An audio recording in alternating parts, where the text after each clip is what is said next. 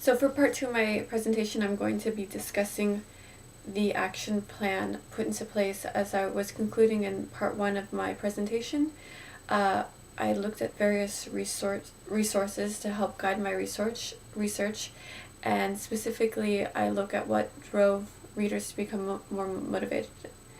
And across the board, what I had found was that reading material had to be relevant, and it had to be something that the students would want to approach on their own outside of class. So that meant letting the readers to select what they were going to read, as simple as that. Let them choose the books that they wanted to read. Let them read Twilight if they want to read that. Let them go after Shakespeare if they feel so bold. Let them read about the history of baseball if they're interested in baseball. Let them really explore their own personal interests through the written word. And so I decided with simply 4 class meetings, which took place over 2 weeks, to help improve my student reading motivation by incrementally giving them the opportunity to explore texts that were of interest to them and had held personal meaning for them.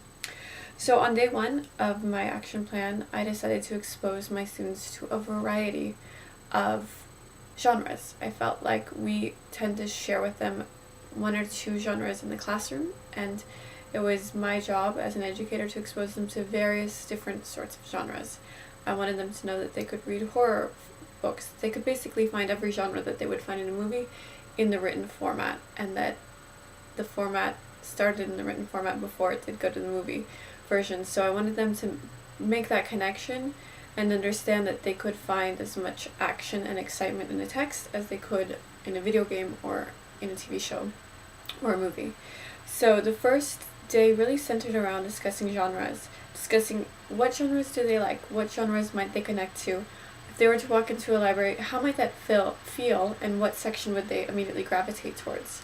So I wanted them to not only reflect on that personally, but to reflect on it with a partner, because perhaps your partner has a different genre that you never even heard of, or that you never even think to explore. So I wanted to kind of create a simple dialogue around this idea of genre to help them see that I was open to them exploring any genre that struck their interest, and that I wanted them to be aptly prepared for the following day's task, which was a library field trip. So I wanted to whet their appetite and kind of get them excited and stirred up about the idea of genre. So that was day 1. Day 2, we physically visited a library together. This experience was like how it feels for a student to visit a museum for the first time. A lot of these students hadn't been in the library in years, and a lot of them might not have ever been in a library outside of being forced to do so for class.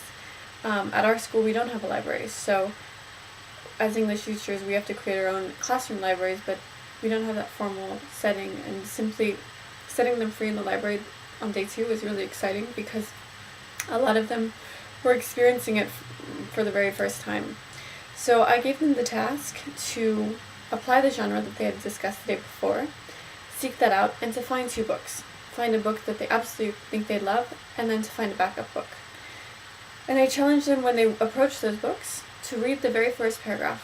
If the first paragraph didn't hook their attention, put the book down, find something else. I felt like that was something that a teacher had given to me, and if a writer is the right writer for you as a reader, immediately you'll be hooked. And so I challenged them to find a text that immediately hooked them and caused them to read on to paragraph 2, caused them to read on to the next page, and eventually to finish the chapter and continue the book. So I exposed them to that, set them out to do that. After that, after we went to the library and we selected 2 books, I challenged them to begin some silent sustained reading. We did that outside in the garden of the library because I wanted them to see you can read anywhere, and that reading is relaxing. It's a leisure activity. It's something that can take place in any context. So we spent a few moments with our books. The following week, again, we had that time, about 5 days between day 2 and day 3. And it was interesting to see some students, when they came to me on day 3, had already continued reading on their own. They really enjoyed what they were reading, and they read throughout the week and some on the weekends. Again, these were maybe 1 or 2 students, but it was exciting to see that there were a few converts just from this first 2 days of the action study plan. Day 3, I set the students up to do some more SSR, silent sustained reading, met with resistance initially. They treated it as though it was a punishment. I was a little disappointed in this, even though these were books that they had chosen. And I gave them the reading task to be prepared to book pitch their book as if it were to be converted into a movie. What would be the selling points so far? So this meant that they'd have to go somewhat far in their reading to be able to extract what would be a selling point for optioning this book into a movie. So I had them begin to work on this. Again, half of the class was dedicated to 7th grade reading, and the rest was collecting evidence as to how you would pitch to your class or to your potential movie buyers or optioners why this text would make a great movie. Again, I'm trying to connect it to their lives. I'm trying to have them see that, a compelling text can become so alive that you'd actually want to create it in real life into a movie.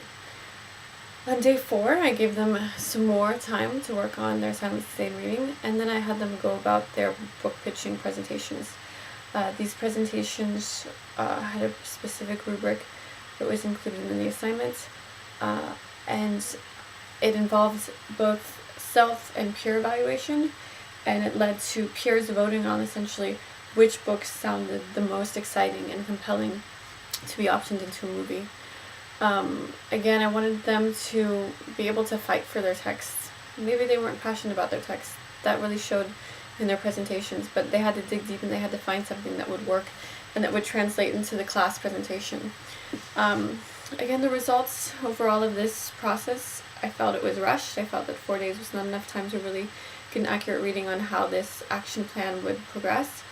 I don't think that you can expect your students to develop a strong taste and love for reading over a period of 2 weeks, but hopefully I gave them the opportunity to start exploring other genres and to explore the different purposes and meaning that reading can provide in your own life. I felt like I could have scaffolded the process even more, again, stretched it beyond just 2 weeks of work. It would have been interesting if my entire intervention course that I've been teaching throughout the year was centered around kind of developing a love for reading and creating greater literary circles and finding different ways of integrating personal texts into their classroom time. Overall, I felt the deepest reflection that I keep coming back to time and time again is that learning is a living and ever-evolving process, that our students teach me how to learn just as much as I'm teaching them new skills, that the process really, the success rather, really